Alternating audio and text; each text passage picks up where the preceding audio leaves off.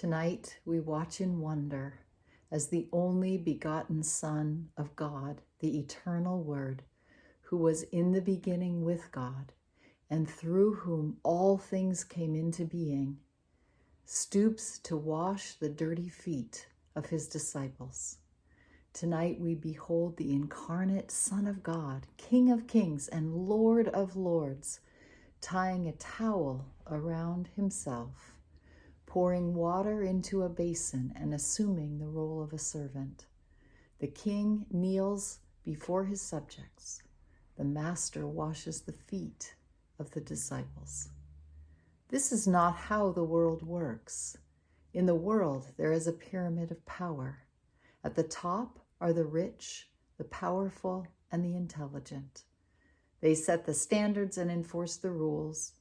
At the bottom are those described as weak, poor, powerless, vulnerable, immigrants, refugees, unemployed, destitute, disabled, uneducated, exploited, oppressed, the excluded and marginalized, those without power and without a voice. This is true of every human culture. In every human culture, there is a pyramid of power. Jesus turns this pyramid of power upside down by taking the place of the least and the lowliest. He stoops to align himself with those at the bottom, those in the last place, the place of servants and slaves. For Peter, this is unacceptable. "You will never wash my feet," he insists. He does not yet understand that the kingdom of God, which Jesus has come to inaugurate and proclaim, is an upside-down kingdom, in which the first are last and the last first, in which the greatest are servants of all. He does not see that in this kingdom there are no second or third-class citizens. Every person is valued. Every person is honored. Every person is loved. Jesus subverts the pyramid of power, turns it upside down, and then replaces it with the image of his body. In the body, every member is precious, and each part, whatever its abilities or limitations, contributes to the whole. Jesus insists on washing Peter's feet, not because he is instituting a new ritual in which all must take part, but because what he is demonstrating here is essential to his message of love. Unless Peter can grasp this, he will have no part to play in the new community of Christ's body. "I have set you an example," says Jesus, "that you also do as I have done for you. Just as I have knelt before you as a servant, so you are to kneel before one another, rendering loving service.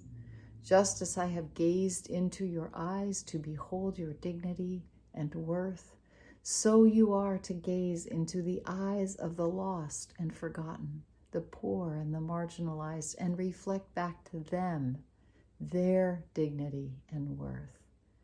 Just as I have lovingly washed your feet, so you too are to touch the lowly with kindness and gentleness, lifting them to their feet so that they may stand with you in freedom and dignity before the God who has created and redeemed us all. I have set you an example. Seek out the broken and the lost. Listen with compassion to those whose dignity has been trampled upon, who have come to see themselves as failures in the world, who have forgotten or never really known what it is to be loved, truly loved, just as they are. What a contrast this is to the ways in which the powerful so often act to promote their own interests. By washing the disciples' feet, Jesus does not diminish his authority. He is still their Lord and teacher, but he has come to show them a new way of exercising authority, a new way of being with others that is characterized by humility, compassion, and loving service. He exercises authority not from above, but from below. You know that the rulers of the Gentiles lord it over them, and their great ones are tyrants over them, the teacher said.